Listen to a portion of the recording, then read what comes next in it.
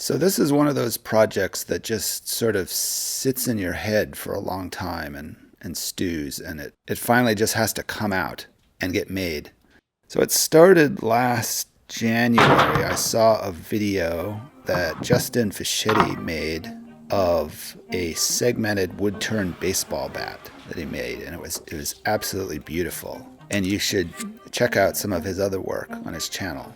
I'll put a link down below this video.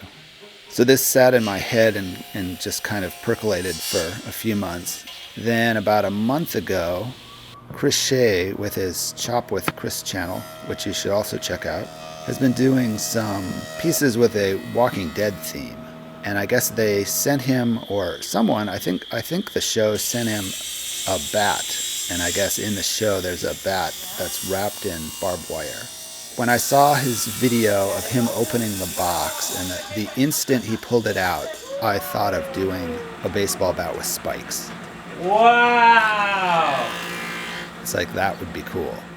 So I went and got a piece of, I believe it's bloodwood, and a piece of walnut. Now the thought I had was to do a segmented barrel for the bat, for the wide part of the bat that you normally hit the ball with. I would do segmented. Then the handle I would do just with a single piece of walnut. So for the segmented section, instead of making a whole bunch of rings and gluing them all together, I sandwiched 3 pieces of wood together. So 2 pieces of the bloodwood, then a piece of the walnut. I cut the piece of walnut for the handle. That was fairly straightforward. I just made a square piece of wood. Then I wanted to make the little bulge at the bottom of the handle. I thought I could make that with a ring of segments. And I'd thought about doing a ring at the other end of the bat to sort of cap off the segments, but I ended up not using that. But at this point I made 2 rings, one for each end of the bat. Now that the sandwich is glued and the glue is set up, I can joint and plane this piece to try and make it a perfect square section. And I cleaned up the end. So what I want to do with this is to cut off the corners. And hopefully, once I've done that, I'll have an 8-sided section where all the sides are the same length. So I needed to find the center and draw a circle and figure out how much of the corner to take off. So it was a bunch of setup, and then once the setup was done, it went really quickly. You just had to take off the 4 corners. Then I can cut this into segments.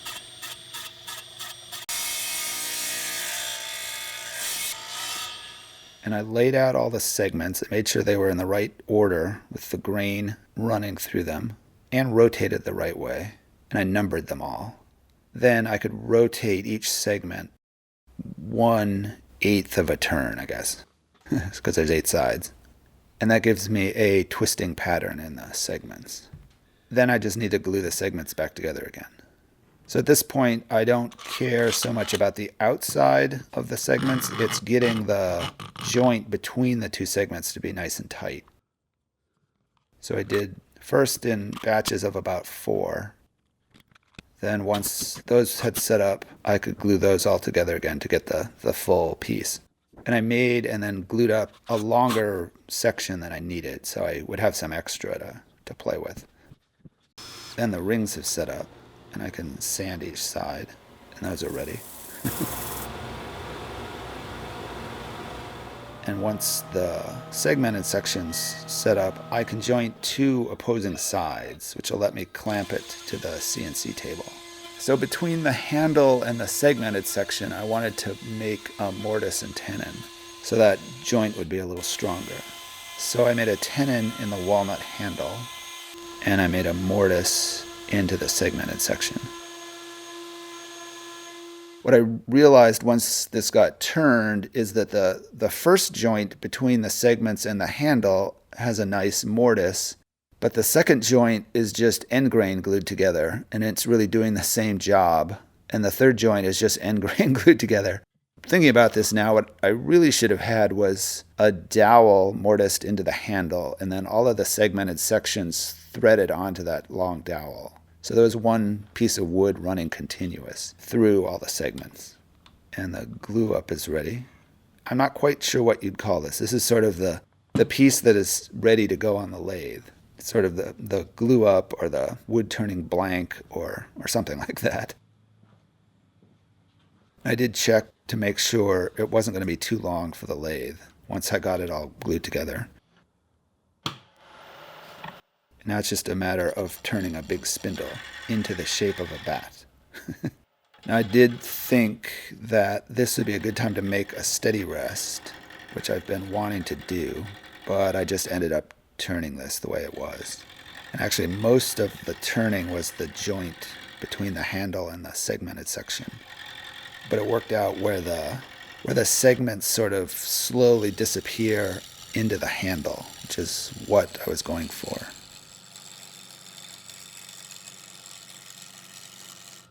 Now I did have a little bit of an issue, and it would have been really nice to have had a steady rest at this point, because as it got thinner and that joint in the middle got thinner, it started to vibrate too much when I was cutting it with the tools. So I ended up getting out my angle grinder with a sanding disc on it, and I used that to do the final shaping on the bat. Then from there I could sand. That went pretty well. This is much simpler than a bowl as far as sanding goes, because you're just sort of going back and forth on a line and not trying to get to the inside of a bowl. And I sanded it to 1000 grit. I had a perfect, beautiful finish on it. Now for the spikes, I can put a piece into the vertical table on the CNC and cut the tenons for the spikes. In the past, I would make this part on the lathe. It was doable, it was just time consuming because each tenon had to be carefully checked to make sure it would fit into the holes in the piece that they were going into. Whereas now I can cut them all on the CNC and they're all exactly the same and they're all perfect and it's really quick. So I can cut the tenons first and then cut the length that I want for the spikes out of the bigger piece of wood, then cut each spike out of the smaller piece of wood. At this point I don't care what the shape of the spikes are, just as long as they're bigger than the tenon I've made. And I can use the tenon to hold it in the lathe. The rough shaping went really quickly. It was the sort of finish work and the sanding that took a while. I got each one down to about 10 minutes.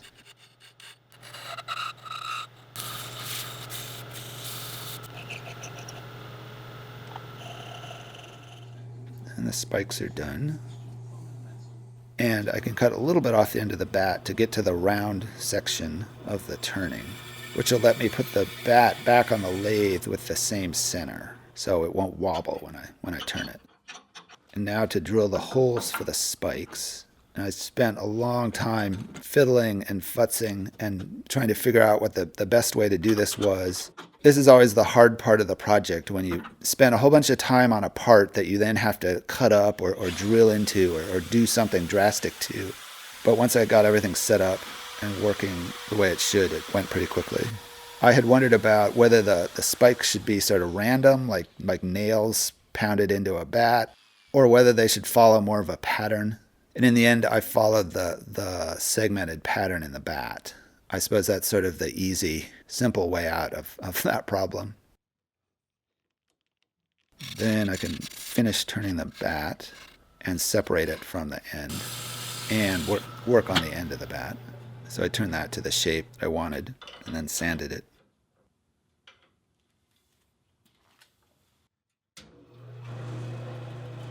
Then the last little bit I can cut off on the bandsaw.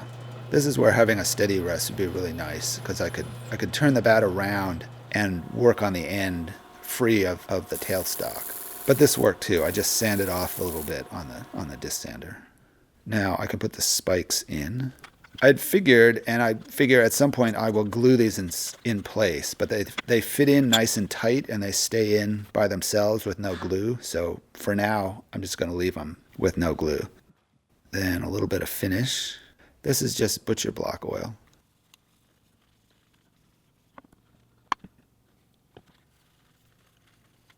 And it's really scary. My wife doesn't even want it in the house.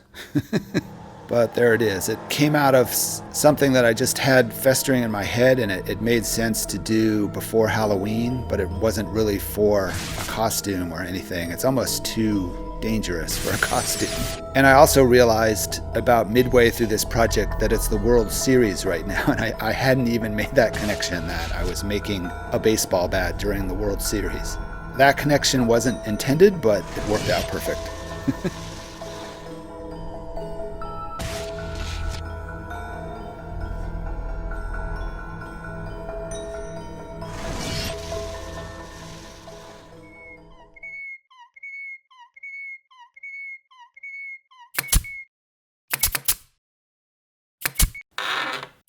Thanks for watching.